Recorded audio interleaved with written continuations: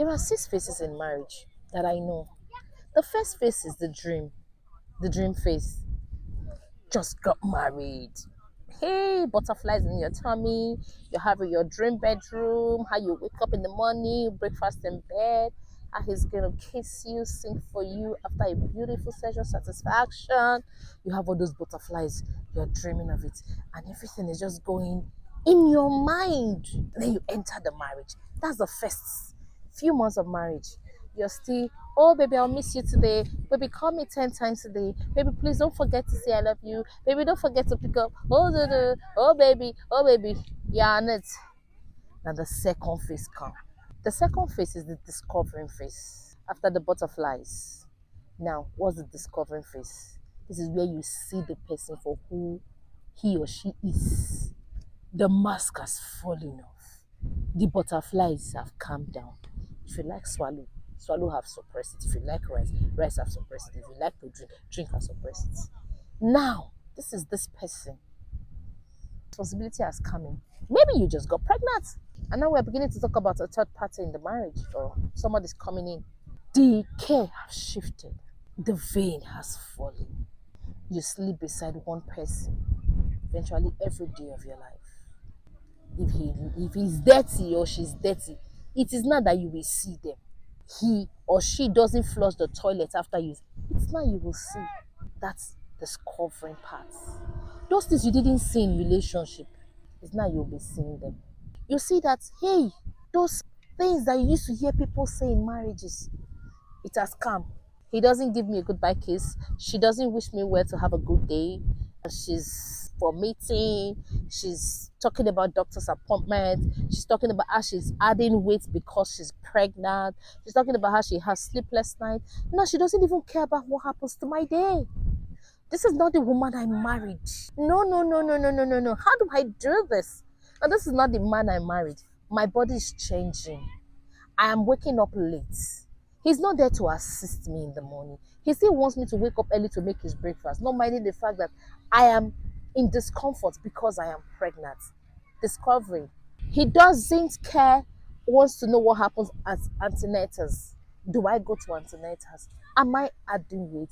Am I taking my multivitamins? This is not the man I married.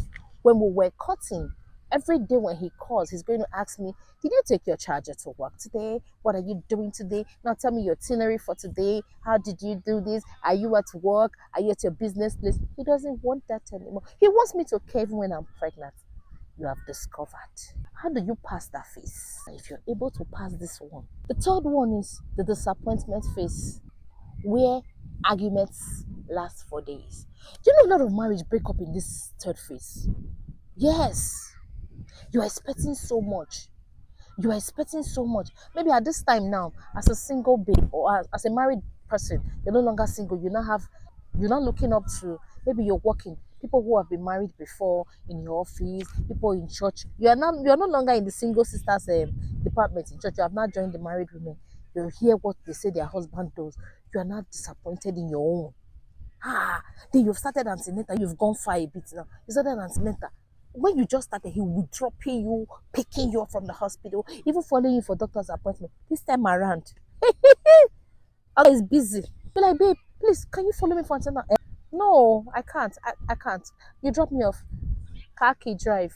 Oh, don't worry. I'll send. Take an Uber. Take boat. Go now, Joe. Please go. Then they now come and now start calling you sickness. If baby, I have an appointment. Baby, there's a baby coming. Oh. You don't want your baby to come and suffer. Do you know how much is milk? That day we went to the shop together. Did you not see how much they wrote that milk? You know, if I follow you now, that means I'll miss this business meeting. Somebody's Sonny is calling me. Let me come so that we'll go for one appointment together. Baby, do you want me to miss all of that? I'm doing it for you and the family. You not be like, but when we're dating, you said we'll go for meeting. That was when we're dating. That time really, that time the economy was not like this. The economy was smiling there. See, do you know how much we spent on our wedding? The rent is here, or we need to buy a land. We want your baby, we want these children to start coming and we'll stay in rent for like 35 years. What happened to my parents will not happen to me. You just be like, hi, you're disappointed. Now, madam is pregnant. Everything she talks about is the baby, the pregnancy, hospital appointment, what happened, Cravings. You go to work, you go to business, you're tired. She wants you to give her boiled yam. 12 midnight. She's craving for the roasted plantain her grandmother used to do when she was a child. All of that. Now you say, oh, my wife no longer loves me. She doesn't even see the effort I put to bring this family to where we are. She's not seeing beyond that. No, she just thinks that, oh, it's only this child. She doesn't even know that people are already planning. I'm supposed to buy her car now. That's if she doesn't already have a car. I'm supposed to buy, she no longer cares. She doesn't even care about what happened. This is my wife I told today that maybe while I was driving, I had issues with uniform. She didn't call back. I came back, she's telling me, but you'll be so disappointed. Many marriages crumble here. You are angry. She's expecting you to do this. She's disappointed. You're disappointed. We go to bed. We are not talking. So when I'm having cravings, I shouldn't talk because you had a bad day at work. Do you know what I go through? Do you know what pregnancy does to a person? And the guy is like, are you the first person to get pregnant? My mother had 7. My mother had 15. My grandmother had 20. And they were still farming. They were still working. A man even told his wife in this third phase that my mother, while pregnant, she will faint. They will pour her water. She will get up and still prepare food for us to eat. Is it pregnancy that is doing you now that you cannot cook? If we're able to pass through this phase, I tell you, you are a don run in marriage. This third phase is very dicey. Some of us begin to gather the disappointment. You don't know there is a phase I to pass. Some of us just stay here, we live here, we break it here, we break the cord here. Do you know how many times you have disappointed God as a Christian? Do you know how many times you have disappointed yourself as a person? Do you know how many times you have disappointed people? But they still stay with you. If you can stay, you give the testimony at last. Let's look at the next phase where you start loving each other for who you are. Now this is I call it the reality phase. This is reality. Now, if my husband behaves to me when I had this baby, I'm pregnant again, I now know that he's pursuing bigger contracts for the family. He's planning holiday for the children. School fees is coming in. You now begin to love that man for who he is. You will no longer be disappointed. You begin to be intentional. You learn from each other now. It's your reality phase. You set the boundaries.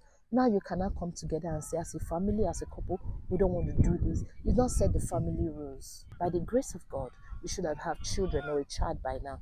You set the family rules. Time you spend with family, time you spend at work. You should no longer bring work home.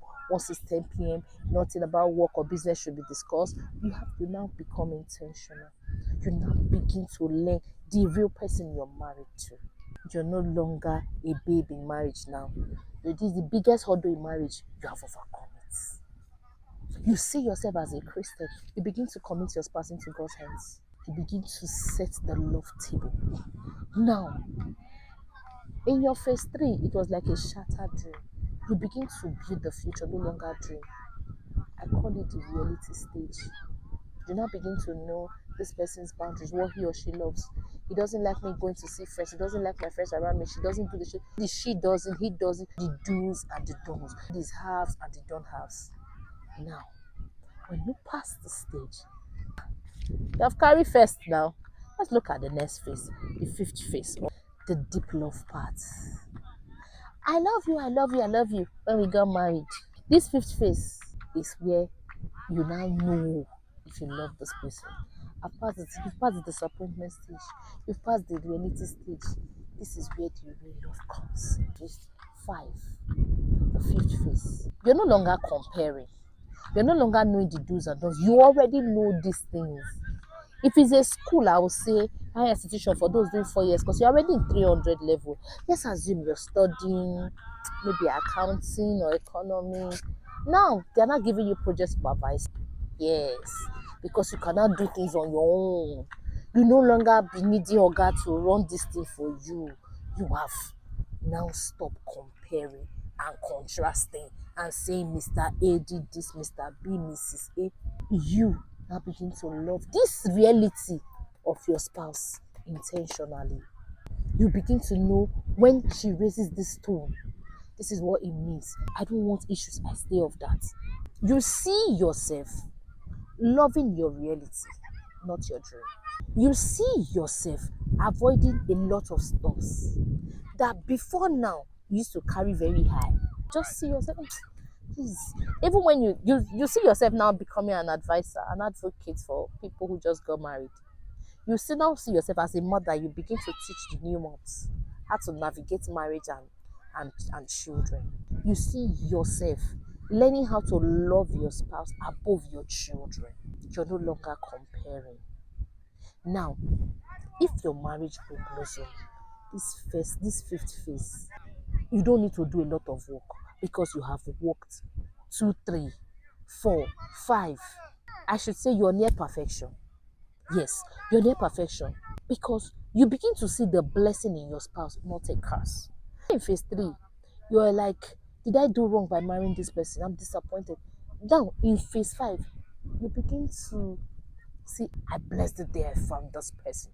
You begin to see the good that you saw at the dream stage. You see it in phase five, and you see yourself now.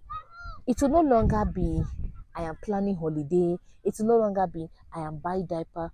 This is where you bring the we mentality to play.